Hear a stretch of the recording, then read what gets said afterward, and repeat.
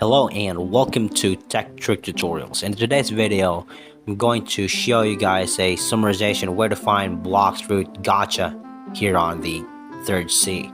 So, now that once you're in the third sea, keep an eye out for floating islands and mysterious spots. So it's important to keep in mind that you really have to go and venture out there, as these are often where Gacha spawns. Now remember, the world of Blox fruit, this is really vast. It's really vast. So exploration and talking to NPCs can lead you to exact location, but ultimately it's the cafe. It's one of the 4 safe zones in the second sea, so I'll take refuge there basically.